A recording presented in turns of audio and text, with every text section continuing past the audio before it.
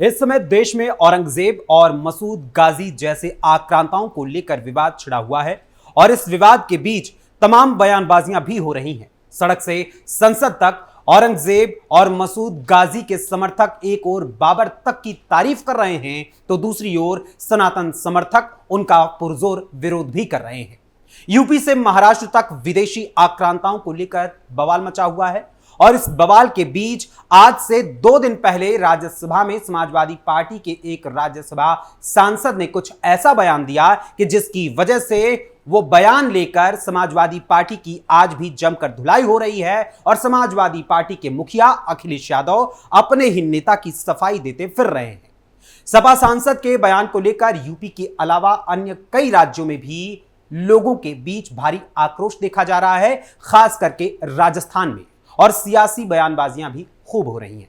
आखिर क्या है सपा प्रमुख अखिलेश यादव की समाजवादी पार्टी के राज्यसभा सांसद का वो विवादित बयान जिस पर पूरी तरीके से देश के अलग अलग हिस्सों में छिड़ा हुआ है विवाद और हिंदुओं में नजर आ रहा है भारी आक्रोश, आपको बताएंगे विस्तार से हमारी आज की थर्ड आई के आज के इस अंक में, जिसमें आज विस्तार से बात होगी कि कौन है बाबर का चहेता और कौन है हिंदुओं का चहेता, भारत का वास्तविक प्रणेता।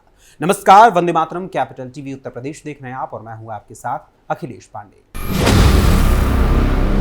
मुगल शासक औरंगजेब और विदेशी आक्रांता महमूद गजनवी के सैयद सालार मसूद गाजी के नाम पर यूपी सहित देश के अलग अलग राज्यों में बवाल मचा हुआ है।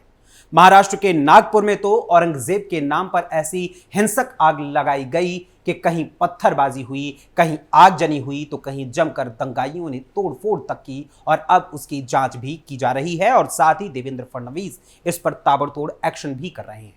लेकिन इस बीच बीते 21 मार्च को समाजवादी पार्टी के राज्यसभा सांसद रामजीलाल सुमन ने संसद में एक ऐसा बयान दे डाला जिसको लेकर नया बवाल शुरू हो गया और अब भी उस पर पूरी तरीके से सियासी बयानबाजियां होती जा रही हैं। दरअसल समाजवादी पार्टी के राज्यसभा सांसद रामजीलाल सुमन ने 21 मार्च को राज्यसभा में बोलते हुए कहा कि बीजेपी के लोगों का ये तकिया कलाम बन गया है कि इनमें यानी मुसलमानों में बाबर का डीएनए है।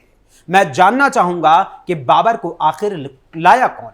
सपा सांसद रामजीलाल सुमन ने आगे जवाब देते हुए खुद ही कहा कि इब्राहिम लोधी को हराने के लिए बाबर को राणा सांगा लाया था।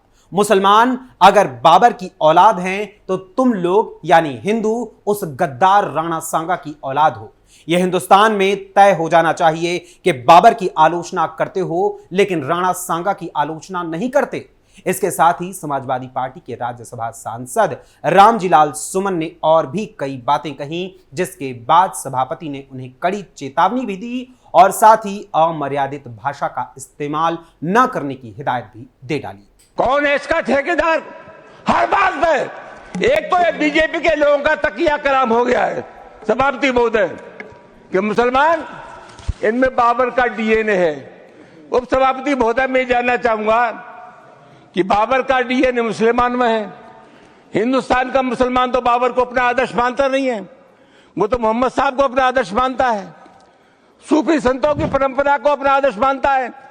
लेकिन सभापति महोदय मैं जानना चाहूंगा कि बाबर को लाया कौन? बाबर को इब्राहिम लोधी को हराने के लिए राणा सांगा लाया था। तो मुसलमान तो बाबर की औलाद हैं और तुम गद्दार राणा सांगा की औलाद हो, ये हिंदुस्तान में तय हो जाना चाहिए। अगर बाबर की तो आलोचना करते हैं, राणा सांगा की आलोचना नहीं करते।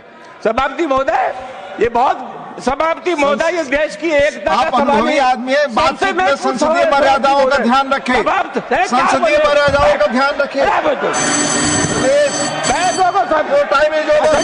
जो भी चीजें संसदीय मर्यादा के अनुकूल नहीं है, आजादी की लड़ाई में गुलामी की सभापति महोदय your time is over, you please sit. Sapa सांसद रामजीलाल सुमन के बयान पर भड़की वीएचपी। सपा सांसद रामजीलाल सुमन के राज्यसभा में दिए गए इस बयान के बाद समाजवादी पार्टी की जमकर किरकिरी हो रही है और साथ ही रामजीलाल सुमन के बयान पर लोगों का गुस्सा भी फूट पड़ा है। विश्व हिंदू परिषद की ओर से सपा सांसद लाल सुमन यानी जो रामजीलाल सुमन हैं, उनके बयान पर उन्हें संसद से निकालने तक की मांग कर दी गई है। विश्व हिंदू परिषद के राष्ट्रीय प्रवक्ता विनोद बंसल ने सपा सांसद रामजीलाल सुमन की इस टिप्पणी के बाद कहा, मुसलमानों के रहनुमा बनते बनते कथित समाजवादी नेता हिंदुओं व मुसलमानों दोनों के ही दुश्मन बन बैठे हैं। हमारे साहसिक इतिहास के महान गौरव राणा सांगा और उनसे प्रेरणा लेने वाले समाज को गद्दार बताकर पार्टी ने न सिर्फ हिंदू समाज का घोर अपमान किया है, अपितु सदन को शर्मसार कर वीरों की जननी राजस्थान पर भी गहरा आघात किया है। भारत के सभी मुसलमानों को बाबर की औलाद बताना भी क्या मुस्लिम समाज का भी घोर अपमान नहीं है? इस पर मुस्लिम संगठनों की चुप्पी अनेक संदेहों को जन्म देती है। वहीं दूसरी ओर सपा सांसद रामजीलाल सुमन के राज्यसभा में दिए गए भाषण पर हमला बोलते हुए राजस्थान के मुख्यमंत्री व बीजेपी नेता भजनलाल शर्मा ने सोशल मीडिया प्लेटफॉर्म एक्स पर ट्वीट करते हुए सपा प्रमुख अखिलेश यादव पर जमकर हमला बोला और लिखा, शूरवीरों की धरती राजस्थान के लाडले सपूतों ने मातृभूमि की रक्षा के लिए सदा अपना सर्वोच्च बलिदान दिया है।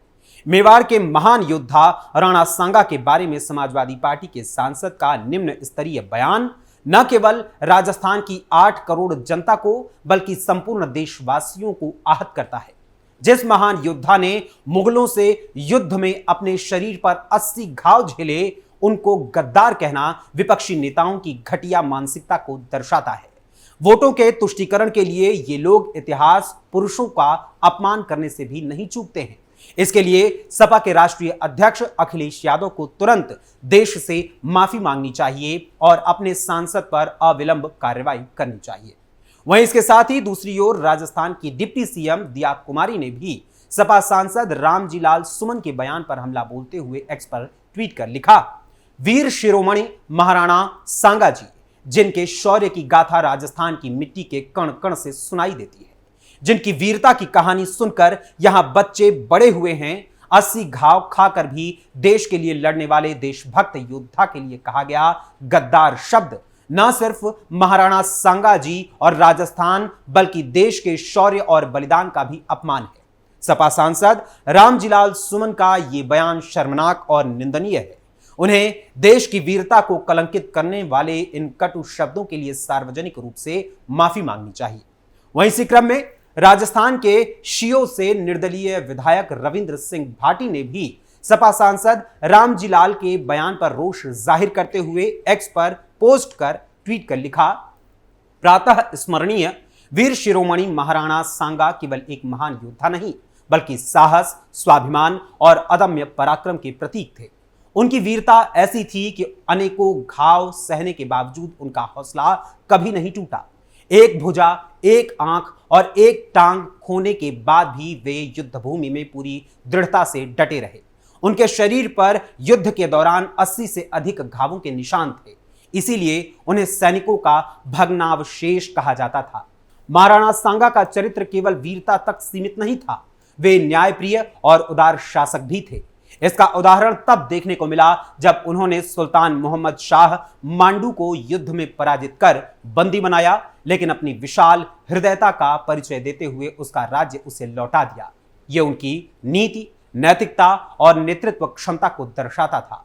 उन्होंने बाहरी आक्रांताओं के विरुद्ध कड़ा प्रतिरोध किया और अपनी सैन्य कुशलता से कई निर्णायक युद्ध लड़े। बाबर जैसे आक्रांता को चुनौती देने का साहस भी केवल महाराणा सांगा में था। बाबर ने अपनी आत्मकथा में भी स्वीकार किया है कि राणा सांगा भारत के सबसे वीर शासक हैं और उन्होंने अपनी वीरता और तलवार के बल पर यह गौरव प्राप्त किया है। महाराणा सांगा की नेतृत्व क्षमता और पराक्रम ने उन्हें एक महान योद्धा के रूप में अमर बना दिया। खानवा के युद्ध में गंभीर रूप से घायल होने के बावजूद उन्होंने अपने शौर्य से आक्रांताओं की बढ़ती शक्ति को चुनौती दी। उनका लक्ष्य केवल अपनी धरा की रक्षा करना नहीं था, बल्कि बाहरी आक्रमणकारियों को रोककर स्वाभिमान और स्वतंत्रता को बनाए रखना भी था। महाराणा सांगा जी जैसे महान व्यक्तित्व पर अपमानजनक टिप्पणी करना न केवल एक वीर योद्धा का अपमान है, बल्कि इतिहास में दर्ज उनके बलिदान और साहस का भी अपमान है। ऐसे महापुरुषों की गौरवशाली गाथा आने वाली पीढ़ियों को हमेशा प्रेरित करती रहेगी। मैं सरकार से मांग करता हूं कि राष्ट्र नायकों की गरिमा को ठेस पहुंचाने वाले गैर जिम्मेदाराना वक्तव्य देने वालों के खिलाफ कड़ी कार्रवाई की जाए, ताकि भविष्य में कोई भी हमारे महापुरुषों के सम्मान को ठेस पहुंचाने का दुस्साहस न कर सके। वहीं इसके साथ ही कांग्रेस नेता प्रताप काचरियावास ने भी सपा सांसद पर हमला बोलते हुए एक्स पर ट्वीट कर लिखा, 80 घाव लगे थे तन पे, फिर भी व्यथा नहीं थी मन में। मातृभूमि की रक्षा में अपना संपूर्ण जीवन अर्पण करने वाले अदम्य साहस, वीरता, त्याग और स्वाभिमान के प्रतीक वीर शिरोमणि महाराणा सांगा जी पर सांसद रामलाल सुमन द्वारा संसद में अमर्यादित टिप्पणी बेहद दुर्भाग्यपूर्ण एवं निंदनीय है व माफी योग्य नहीं है। उन पर सख्त कार्रवाई होनी चाहिए व मैं भारत सरकार से अपील करूंगा कि संसद में ऐसा प्रस्ताव लेकर आए जिससे इतिहास के महापुरुषों पर अमर्यादित टिप्पणी करने वालों की संसद सदस्यता रद्द की जा सके। एक और जहां सपा सांसद रामजी सुमन यानी रामजी लाल सुमन के बयान पर भाजपा, कांग्रेस और विश्व हिंदू परिषद के साथ साथ हिंदुओं की ओर से भी जमकर लताड़ लगाई जा रही है और उनकी आलोचना की जा रही है, तो वहीं इस बीच सपा प्रमुख अखिलेश यादव ने भी इस विवाद को लेकर अपना बयान दिया है और अप्रत्यक्ष रूप से अपने सांसद के बयान को समर्थन देते हुए सपा प्रमुख अखिलेश यादव ने मीडिया से कहा, रामजी लाल सुमन ने जो कहा वो इसलिए कहा क्योंकि हर कोई इतिहास के पन्ने पलट रहा है। बीजेपी के नेता औरंगजेब के बारे में बहस करना चाहते हैं तो रामजी लाल सुमन ने भी इतिहास का एक पन्ना पलट दिया जहां ऐसा कुछ लिखा हुआ था। हमने 100-200 साल पहले का इतिहास नहीं लिखा। मैं बीजेपी से अनुरोध करता हूं कि वो इतिहास के पन्ने न पलटे, क्योंकि अगर ऐसा हुआ तो लोग ये भी याद रखेंगे कि जब छत्रपति शिवाजी महाराज का तिलक होने वाला था तो किसी ने नहीं किया था। उनका तिलक हाथ से नहीं बल्कि बाएं पैर के अंगूठे से किया गया था। क्या आज बीजेपी इसकी आलोचना करेगी? छत्रपति शिवाजी महाराज का तिलक बाएं पैर के अंगूठे से किया गया था। क्या बीजेपी इसके लिए माफी मांगेगी? फिलहाल एक और समाजवादी पार्टी के सांसद वीर राणा सांगा को गद्दार बता रहे हैं तो अखिलेश यादव ये कह रहे हैं कि छत्रपति शिवाजी महाराज का तिलक करने वाला कोई नहीं था और उनका तिलक बाएं पैर के अंगूठे से किया गया था। सारी की सारी बकवास करने वाले अखिलेश यादव पूरी तरीके से अपने ही सांसदों का केवल पक्ष ले रहे हैं। बाबर से प्रेम दिखाने वाले और छत्रपति शिवाजी महाराज व राणा सांगा जैसे वीर भारतीय सपूतों के खिलाफ नफरती बयान देने वाले समाजवादी पार्टी के मुखिया अखिलेश यादव और समाजवादी पार्टी के अन्य नेताओं के बारे में आप सभी के यानी उत्तर प्रदेश और देशवासियों के क्या विचार हैं, हमें अपने कमेंट्स के माध्यम से जरूर बताइएगा। फिलहाल अभी के लिए थर्ड आई के आज के इस अंक में बस इतना ही। फिर मुलाकात होगी थर्ड आई के अगले अंक में किसी और खबर, किसी और मुद्दे, किसी और विषय के साथ। तब तक के लिए मुझे अनुमति दीजिए। धन्यवाद। जय हिंद, जय भारत।